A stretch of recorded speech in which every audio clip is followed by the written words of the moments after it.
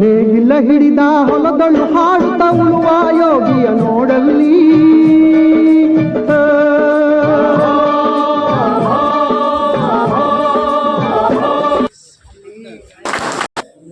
ಇಂದಿನ ಈ ಸಭೆಯ ಅಧ್ಯಕ್ಷತೆಯನ್ನು ವಹಿಸಿರ್ತಕ್ಕಂಥ ಸೋಗಾಲ ಹಾಲು ಉತ್ಪಾದಕ ಸಹಕಾರ ಸಂಘದ ಅಧ್ಯಕ್ಷರೇ, ಬೆಂಗಳೂರು ಹಾಲು ಒಕ್ಕೂಟದ ಕಾರ್ಯನಿರ್ವಾಹಕ ನಿರ್ದೇಶಕರಾದಂಥ ಡಾಕ್ಟರ್ ಸುರೇಶ್ ಸರ್ ಅವರೇ, ಪ್ರಧಾನ ವ್ಯವಸ್ಥಾಪಕರಾದಂಥ ಡಾಕ್ಟರ್ ಶ್ರೀಧರ್ ಅವರೇ, ಸೋಗಾಲ ಹಾಲು ಉತ್ಪಾದಕ ಸಹಕಾರ ಸಂಘದ ಸಿಬ್ಬಂದಿ ಮಿತ್ರರೇ, ಆಡಳಿತ ಮಂಡಳಿ ಸದಸ್ಯರೇ ಹಾಗೂ ಈ ಭ್ರೂಣ ವರ್ಗಾವಣೆ ತಂತ್ರಜ್ಞಾನಕ್ಕೆ ಸರ್ವಿಸ್ ಪ್ರೊವೈಡರ್ ಅಂತ ಹೇಳಿದರೆ ಆ ಸೇವೆಯನ್ನು ಒದಗಿಸಲಿಕ್ಕೆ ಇವತ್ತು ಕರ್ನಾಟಕ ಹಾಲು ಮಹಾಮಂಡಲ ವತಿಯಿಂದ ಒಂದು ಕಂಪ್ನಿಯನ್ನು ಗುರುತಿಸಿದ್ದಾರೆ.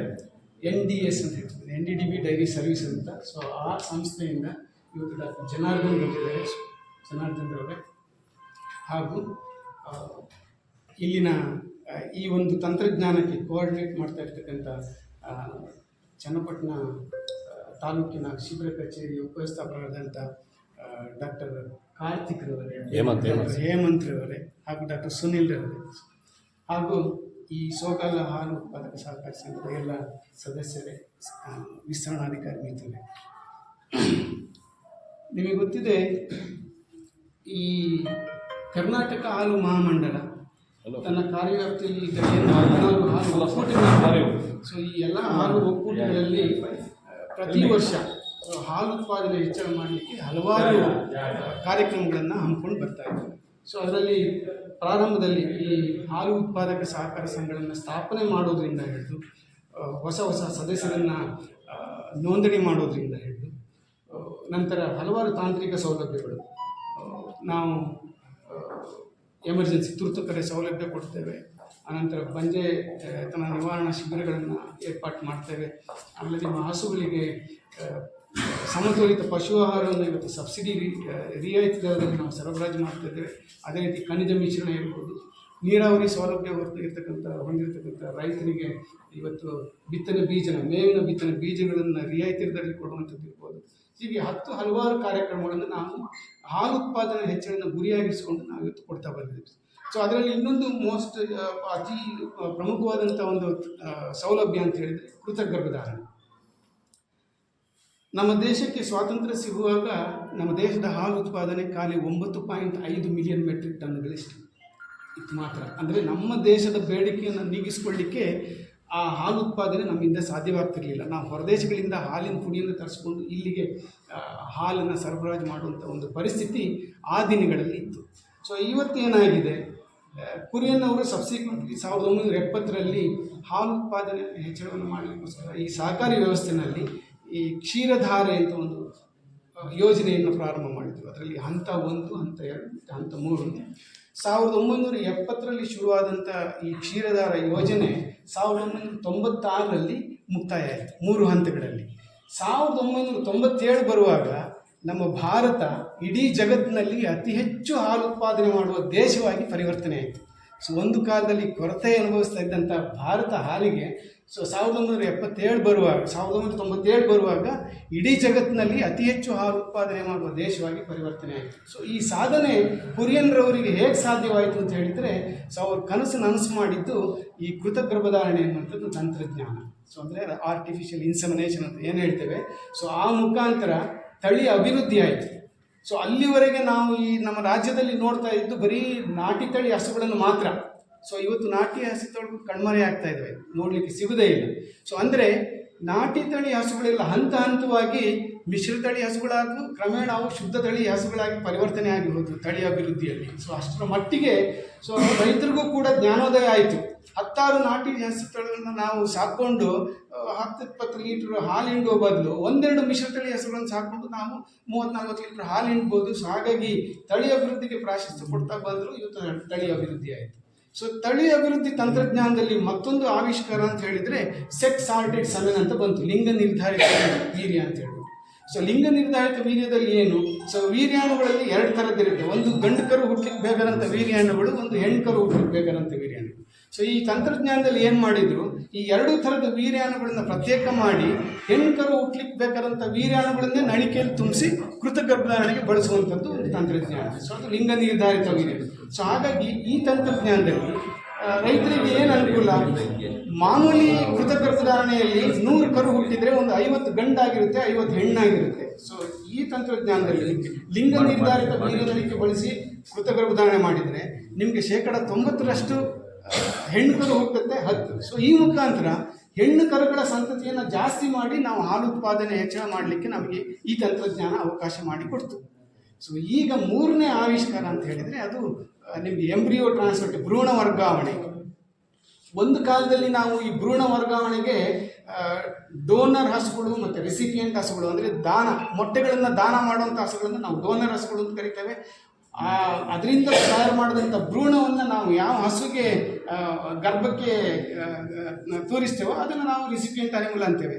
ಸೊ ಆವಾಗ ಅದು ಇನ್ನು ವೈವೋ ಅಂತ ಹೇಳಿದರೆ ನಾವು ಭ್ರೂಣ ಆಗಲಿಕ್ಕೆ ಗರ್ಭಕೋಶದ ಒಳಗಡೆನೇ ಅವಕಾಶ ಮಾಡಿಕೊಡುವಂಥದ್ದು. ಸೊ ಅದು ಇನ್ನು ವೈವೋ ಅಂತ ಹೇಳಿದರೆ ನಾವು ಕೆಲವು ಹಾರ್ಮೋನ್ ಬಳಸಿಬಿಟ್ಟು ಅಂಡಾಶಯದಲ್ಲಿ ಈ ಒಂದು ಕರು ಹುಟ್ಟುವಾಗಲೇ ದೇವರು ಅದರ ಅಂಡಾಶಯದಲ್ಲಿ 1 ಲಕ್ಷದಷ್ಟು ಮೊಟ್ಟೆಗಳನ್ನು ತುಂಬಿಸಿ ಕಳಿಸ್ಬಿಟ್ಟಿರ್ತಾನೆ. ಸೊ ಆ ಮೊಟ್ಟೆಗಳು ಕಾರ್ಯಸ್ಥಿತಿಗೆ ಬರೋದು ಯಾವಾಗ, ಇವು ಸೆಕ್ಸುವಲಿ ಮೆಚ್ಯೂರ್ ಆದಾಗ, ಅಂದರೆ ಪ್ರೌಢಾವಸ್ಥೆ ತಲುಪಿದಾಗ. ಸೊ ಪ್ರೌಢಾವಸ್ಥೆ ತಲುಪಿದ ಮೇಲೆ ಪ್ರತಿ 21 ದಿವಸಕ್ಕೆ ಒಂದು ಸಾರಿ ಏನು ಬೆದೆಗೆ ಬರುತ್ತೆ, ಆ ಸಂದರ್ಭದಲ್ಲಿ 1 ಮೊಟ್ಟೆ ಮೆಚ್ಯೂರ್ ಆಗಿ ಹೊರಗೆ ಬರ್ತಾ ಇರುತ್ತೆ. ಸೊ ನೀವು ಕೃತಕ ಗರ್ಭಧಾರಣೆ ಮಾಡಿದರೆ ಅದು ಫಲಿಸಿದರೆ ಅದು ಒಂದು ಕರುವಾಗಿ 9 ತಿಂಗಳು ಗರ್ಭದಲ್ಲಿದ್ದು ಹೊರಗೆ ಬರುತ್ತೆ. ಸೊ ಇಲ್ಲಿ ಈ ತಂತ್ರಜ್ಞಾನ ನಾವು ಈಗೇನು ಅಳವಡಿಸ್ಕೊಂಡಿದ್ದೇವೆ, ಇದು ರಾಷ್ಟ್ರೀಯ ಗೋಕುಲ್ ಮಿಷನ್ ಅನ್ನೋ ಒಂದು ಕೇಂದ್ರ ಸರ್ಕಾರ ಪುರಸ್ಕೃತ ಯೋಜನೆ ಆಗಿದೆ. ಸೊ ಅದು ನಮ್ಮ ಕರ್ನಾಟಕ ಹಾಲು ಮಹಾಮಂಡಳದ ಮುಖಾಂತರ ಇವತ್ತು ನಮ್ಮ ರಾಜ್ಯದ ವ್ಯಾಪ್ತಿಯಲ್ಲಿರ್ತಕ್ಕಂಥ ಎಲ್ಲ 16 ಒಕ್ಕೂಟಗಳಿಗೂ ಕೂಡ 500 ಭ್ರೂಣ ವರ್ಗಾವಣೆ ಮಾಡಬೇಕು 1 ವರ್ಷ ಅವಧಿಯಲ್ಲಿ ಅಂತ ನಾವು ಟಾರ್ಗೆಟ್ ಫಿಕ್ಸ್ ಮಾಡಿಕೊಂಡು ಎಲ್ಲ ಒಕ್ಕೂಟಕ್ಕೂ ನಾವು ಹಂಚಿಕೆ ಮಾಡಿಕೊಟ್ಟಿದ್ದೇವೆ. ಅದರಲ್ಲಿ ಬೆಂಗಳೂರು ಹಾಲು ಒಕ್ಕೂಟಕ್ಕೂ ಕೂಡ 70 ಭ್ರೂಣ ವರ್ಗಾವಣೆ ಮಾಡಬೇಕು ಅಂತ ಸೊ ನಾವು ನಿರ್ಧಾರ ತಗೊಂಡು ಈ ಯೋಜನೆಯನ್ನು ಅಳವಡಿಸ್ಕೊತಾ ಇದ್ದೇವೆ.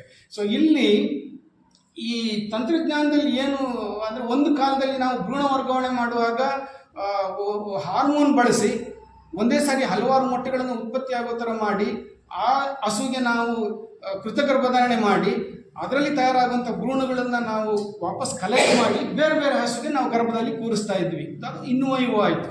ಸೊ ಈ ತಂತ್ರಜ್ಞಾನದಲ್ಲಿ ಇವರಿಗೆ ಏನು ಮಾಡ್ತಾರೆ, ಇನ್ ವಿಟ್ರೋ ಅಂದರೆ ನಾವು ಹಸುಗಳಲ್ಲಿ ದಾನಿ ಹಸುಗಳಿಂದ ಈ ಮೊಟ್ಟೆಗಳನ್ನು ಮೆಚ್ಯೂರ್ ಆಗೋ ಸ್ಟೇಜ್ ಮೊದಲೇ ನಾವು ಕಲೆಕ್ಟ್ ಮಾಡಿಬಿಡೋದು.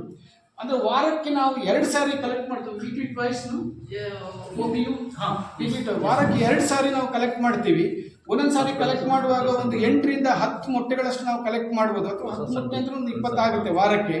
ಸೊ 2 ಸಾರಿ, ಸೊ 20 ಮೊಟ್ಟೆಗಳು ನಾವೇನು ಮಾಡ್ತೇವೆ, ಪ್ರಯೋಗಾಲಯದಲ್ಲಿ ಅವುಗಳನ್ನ ಮೆಚ್ಯೂರ್ ಆಗಲಿಕ್ಕೆ ಬೇಕಾದಂಥ ಒಂದು ವಾತಾವರಣನ ಕಲ್ಪಿಸ್ಕೊಡ್ತೇವೆ. ಅವು ಮೆಚ್ಯೂರ್ ಆಗ್ತವೆ. ಮೆಚ್ಯೂರ್ ಆದ ಮೊಟ್ಟೆಗಳಿಗೆ ನಾವು ವೀರ್ಯಾಣು ಸಂಧಿಸಲಿಕ್ಕೆ ಅವಕಾಶ ಮಾಡಿಕೊಡ್ತೇವೆ. ಇಲ್ಲಿ ವೀರ್ಯಾಣುಗಳು ಸೆಕ್ಸ್ ಸಾರ್ಟೆಡ್, ಅಂದರೆ ಲಿಂಗ ನಿರ್ಧಾರಿತ ಹೆಣ್ಣು ಕರು ಜನನಕ್ಕೆ ಬೇಕಾದಂಥ ವೀರ್ಯಾಣುಗಳನ್ನೇ ನಾವು ಫಲಿಸಲಿಕ್ಕೆ ಅಲ್ಲಿ ಅವಕಾಶ ಮಾಡಿಕೊಡೋದ್ರಿಂದ ಆ ಭ್ರೂಣಗಳಲ್ಲಿ 100 ಭ್ರೂಣ ಉತ್ಪತ್ತಿ ಮಾಡಿದರೆ 90 ಭ್ರೂಣ ಅದು ಹೆಣ್ಣು ಕರುವಾಗಿ ನಮಗೆ ಸಿಗುತ್ತೆ ಅನ್ನೋ ಥರ ಟೆಕ್ನಾಲಜಿ. ಸೊ ಇದೆಲ್ಲ ಭ್ರೂಣ ತಯಾರಾಗೋದು ಕೂಡ ಗರ್ಭಕೋಶದ ಒಳಗಲ್ಲ, ಲ್ಯಾಬಲ್ಲಿ, ಪ್ರಯೋಗಾಲಯದಲ್ಲಿ. ಸೊ ಅಲ್ಲಿ ಏನು ಭ್ರೂಣ ತಯಾರಾಗುತ್ತೆ, ನಿಮ್ಮ ಹಸು ಹೀಟಿಗೆ ಬಂದು 7ನೇ ದಿವಸಕ್ಕೆ ಅದನ್ನು ತಂದು ಗರ್ಭಕೋಶದೊಳಗೆ ಕೂರಿಸ್ಬೇಕು. ಸೊ ಅಲ್ಲಿ ನಂತರ 9 ತಿಂಗಳು ಅದು ಗರ್ಭ ಕಾಪಾಡಿಕೊಂಡು ಸೊ ನಂತರ ಕರುವಾಗಿ ಹೊರಗೆ ಬರುತ್ತೆ. ಸೊ ಈ ಟೆಕ್ನಾಲಜಿಲಿ ನಮಗೇನು, ಸೊ ನೀವು ಒಂದು ಹಸುವಿಂದ ಒಂದು ವರ್ಷದಲ್ಲಿ 1 ಕರು ಮಾತ್ರ ಪಡಿಬೋದು. ಸೊ ಈ ಟೆಕ್ನಾಲಜಿ ಏನು ಮಾಡಿದೆ, ಯಾವುದೋ ಒಂದು ಹಸು ಅದರದ್ದು ಆನುವಂಶಿಕ ಹಿನ್ನೆಲೆ ಚೆನ್ನಾಗಿದೆ ಅಂದರೆ ಅದ್ರ ತಾಯಿ 30 ಲೀಟ್ರ್ 40 ಲೀಟ್ರ್ ಹಾಲು ಕೊಡ್ತಾ ಇದ್ಲು ಅನ್ನೋ ಒಂದು ಹಿಸ್ಟ್ರಿ ಇರುತ್ತೆ. ಪ್ಲಸ್ ಅದಕ್ಕೆ ಬಳಸ್ಕೊಂಡಂಥ ವೀರ್ಯಾಣುಗಳು ಆ ಹೋರಿ ಅದ್ರ ತಾಯಿ 40-50 ಲೀಟ್ರ್ ಹಾಲು ಕೊಡ್ತಾ ಇರುವಂಥ ಇತ್ತು ಅಂತೇಳಿ ಒಂದು ಹಿಸ್ಟ್ರಿ ಇರುತ್ತೆ.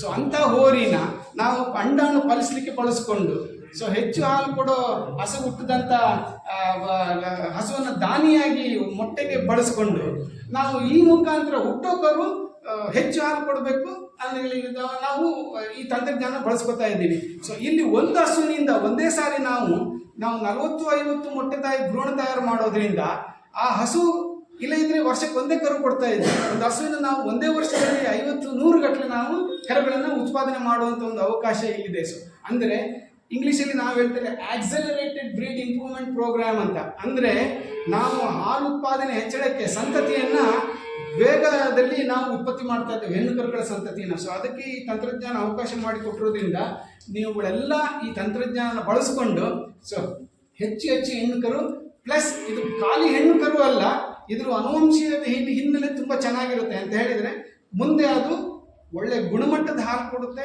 ಹೆಚ್ಚು ಹಾಲು ಕೊಡುತ್ತೆ. ಸೊ ಈ ಎಲ್ಲ ಗುಣಗಳನ್ನು ಅದು ಹೊಂದಿರುತ್ತೆ. ಸೊ ಈ ಮುಖಾಂತರ ನಿಮ್ಮ ಏರಿಯಾದಲ್ಲಿ ಹೆಚ್ಚು ಒಳ್ಳೆ ತಳಿ ಹಸುಗಳನ್ನು ಉತ್ಪಾದನೆ ಮಾಡಿ ನೀವು ಹಾಲು ಉತ್ಪಾದನೆ ಹೆಚ್ಚಳ ಮಾಡಿ, ನಾವಿನ್ನು ನಮ್ಮದು ಗುರಿ ಏನು, ನಾವು ಈಗಾಗಲೇ ಜಗತ್ತಿನಲ್ಲಿ ಅತಿ ಹೆಚ್ಚು ಹಾಲು ಉತ್ಪಾದನೆ ಮಾಡುವ ದೇಶ ಅಂತ ಈಗಾಗಲೇ ಬಿರುದು ಪಡ್ಕೊಂಡು ಆಗಿದೆ. ಸೊ ನಮ್ಮ ಮುಂದಿನ ಗುರಿ ನಾವು ಉತ್ಪಾದನೆ ಮಾಡಿದ ಹಾಲು ಗುಣಮಟ್ಟದಾಗಿರಬೇಕು. ಸೊ ಒಳ್ಳೆ SNF ಕೊಡಬೇಕು, ಒಳ್ಳೆ ಫ್ಯಾಟ್ ಕೊಡಬೇಕು. ಸೊ ಹಾಗಾಗಿ ಈ ಒಳ್ಳೆಯ ಆನುವಂಶಿಕ ಹಿನ್ನೆಲೆ ಉಳ್ಳ ಹಸು ಹುಟ್ಟದಂಥ ಕರುಗಳಾದ್ರಿಂದ ಸೊ ಈ ಥರದನ್ನೆಲ್ಲ ನಾವು ಗುಣಾತ್ಮಕ ಹಾಲನ್ನು ಉತ್ಪಾದನೆ ಮಾಡ್ತೇವೆ, ಜೊತೆಗೆ ಹಾಲು ಉತ್ಪಾದನೆ ಹೆಚ್ಚಳ ಕೂಡ ಆಗುತ್ತೆ. ಸೊ ಈ ಮುಖಾಂತರ ನಾವು ಹೊರದೇಶಗಳಲ್ಲಿ ಕೂಡ ನಾವು ಇದು ಹಾಲು ಮತ್ತು ಹಾಲು ಉತ್ಪನ್ನಗಳ ಮಾರಾಟಕ್ಕೆ ನಾವು ಮಾರ್ಕೆಟನ್ನು ಪಡಿಬೇಕು ಅನ್ನೋದು ನಮ್ಮ ಗುರಿಯಾಗಿದೆ. ಸೊ ಇದಕ್ಕೆ ಬೇಕಾದಂಥ ಎಲ್ಲ ಇವತ್ತು ಸವಲತ್ತುಗಳನ್ನ ಇವತ್ತೇನು KMF ಕೊಡಲಿಕ್ಕೆ ಚಿಂತನೆ ಮಾಡ್ತಾ ಇದ್ದೆ. ಸೊ ಅದನ್ನು ನೀವೆಲ್ಲರೂ ಬಳಸ್ಕೊಂಡು ನೀವು ಹಾಲು ಉತ್ಪಾದನೆ ಹೆಚ್ಚಳ ಮಾಡಲಿಕ್ಕೆ ನೀವು ಅವಕಾಶ ಮಾಡಿಕೊಡ್ಬೇಕು ಅಂತ ನಾನು ಈ ಸಂದರ್ಭದಲ್ಲಿ ಹೇಳ್ತಾ, ನಿಮ್ಮ ಈ ಯೋಜನೆಗೆ ಯಶಸ್ಸು ಸಿಗಲಿ. ಯಾಕೆಂದರೆ ಇದು ಕರ್ನಾಟಕದಲ್ಲಿ ನಾವು ಇವತ್ತೇನು 500 ಭ್ರೂಣ ತಯಾರು ಮಾಡಿ ನಾವು ಸಕ್ಸಸ್ಫುಲ್ ಅಂದರೆ ನಾಳೆ ದಿವಸ ಮಾಡಿ ಫೇಲ್ಯೂರ್ ಆದರೆ ಅದಕ್ಕೆ ದುಡ್ಡು ಕೊಡಬೇಕಿಲ್ಲ. ಸೊ ಅದು ಯಶಸ್ವಿ ಆದರೆ ಮಾತ್ರ ನಾವು ಸರ್ವಿಸ್ ಪ್ರೊವೈಡರಿಗೆ ಹಣ ಕೊಡುವಂಥದ್ದು. ಸೊ ಅದು ನೋಡಿ 21,000 ಒಂದು ಭ್ರೂಣ ವರ್ಗಾವಣೆಗೆ ವೆಚ್ಚ ಆಗ್ತಾ ಇರೋದು ಅಮೌಂಟ್ ಅದು. ಸೊ ಅಂದರೆ ಟ್ಯಾಕ್ಸು ಸೇರಿದರೆ ಹತ್ರ 25,000 ಆಗುತ್ತೆ, ಟ್ಯಾಕ್ಸ್ ಕೂಡ ಸೇರಿದರೆ ಒಂದು ಭ್ರೂಣ ವರ್ಗಾವಣೆಗೆ. ಸೊ ಅದರಲ್ಲಿ ಇವತ್ತು ಕೇಂದ್ರ ಸರ್ಕಾರ 5,000 ಭರಿಸ್ತಾ ಇದೆ, ಹಾಲು ಒಕ್ಕೂಟ 5,000 ಭರಿಸ್ತಾ ಇದೆ, KMF ಕೂಡ 10,000 ಭರಿಸ್ತಾ ಇದೆ. ರೈತರಿಗೆ ಇಲ್ಲಿ 21,000ದಲ್ಲಿ ಕೊಡಲಿಕ್ಕಿರುವಂಥದ್ದು 2,000 ಮಾತ್ರ. ಸೊ ಹಾಗಾಗಿ ಈ ಯೋಜನೆಯನ್ನು ನೀವೆಲ್ಲರೂ ಪಡ್ಕೊಳ್ಬೇಕು ಅಂತ ನಾನು ಈ ಸಂದರ್ಭದಲ್ಲಿ ಹೇಳ್ತಾ, ನಿಮ್ಮ ಯಾವುದೇ ಅನುಮಾನಗಳಿದ್ದರೆ ಯೋಜನೆ ಬಗ್ಗೆ ಸೊ ನೀವು ನಿಮ್ಮ ನೋಡಲ್ ಆಫೀಸರ್ಗೆ ಕೇಳ್ಬೋದು, ನಿಮ್ಮ ಜನರಲ್ ಮ್ಯಾನೇಜರ್ ಕೇಳ್ಬೋದು. ಸೊ ಅವರಿಗೂ ಗೊತ್ತಿಲ್ಲ ಅಂತ ಹೇಳಿ ನನಗೇನಾದರೂ ಗೊತ್ತಿದ್ರೆ ನಾನು ಅದನ್ನು ಬಗೆಹರಿಸಲಿಕ್ಕೆ ಟ್ರೈ ಮಾಡ್ತೇನೆ.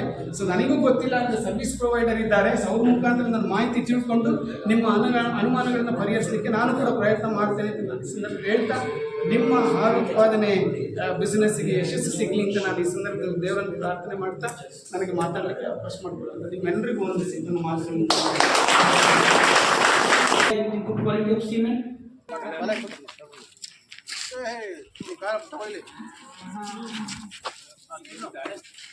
ಮುಂದಕ್ಕೆ ಕರ್ಕೋ ಗಾಬರಿ ಆಗೋದು.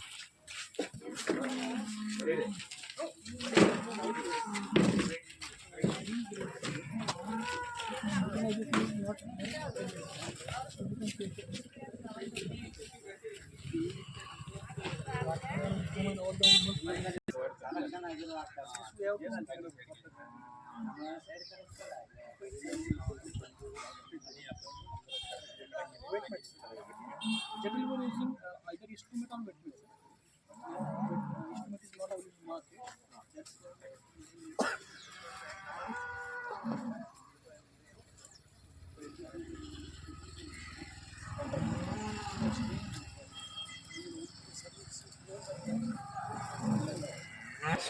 ಟ್ರೈನಿಂಗ್ ಹಾಕೋ ಜಾಗ ಲೆವೆಲ್ ಇರಬೇಕು. ಇಲ್ಲ ಸರ್, ಅವರೇ ಹಾಕ್ಸ್ತಾರೆ. ಸರ್ ನಮಸ್ತೆ, ಹೇಳಿ ಸರ್. ಹ್ಞೂ ಸರ್ ಸರ್ ಈಗ ಇದರಲ್ಲಿ ಇದ್ದೀವಿ, ಇಲ್ಲಿ ಚನ್ನಪಣ್ಣದಲ್ಲಿ ಇದ್ದೀವಿ. ಇಟಿ ಎಂಬ್ರಿಯೋ ಟ್ರಾನ್ಸ್ಫರ್. ನಾವು MD ಅವರು ಇದ್ದೀವಿ. NDDB ಅವರು ಡಾಕ್ಟರ್ ಜನಾರ್ದನ್ ಅಂತ ಬಂದಿದ್ದಾರೆ, ಅದಕ್ಕೆ ಅಲ್ಲಿದ್ದು. ಹೇಳಿ ಸರ್ ಏನು.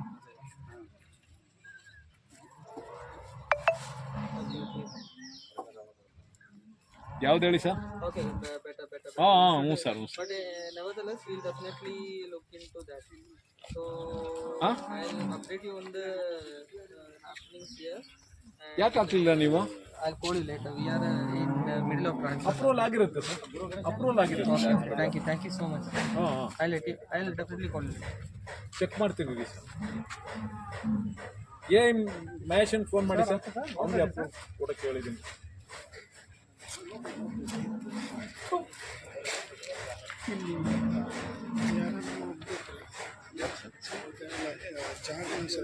ಅದೇ ಇದು ಮಾಡಿಸ್ಕೊಡ್ತೀನಿ. ಕಾಫಿ ತಗೋಬ ಅಂತ ಹೇಳು.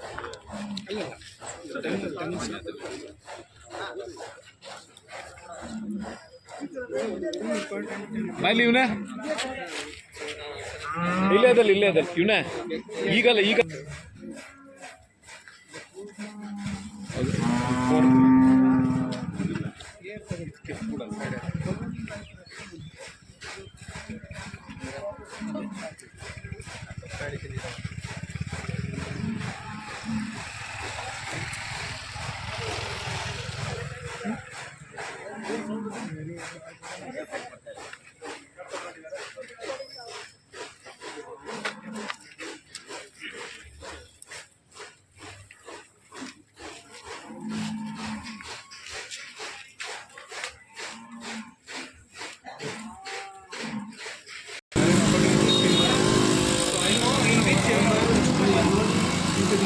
Yeah. This is the gun. How you will use? How you will take? Yeah. Okay. When you give the order, I will just show you.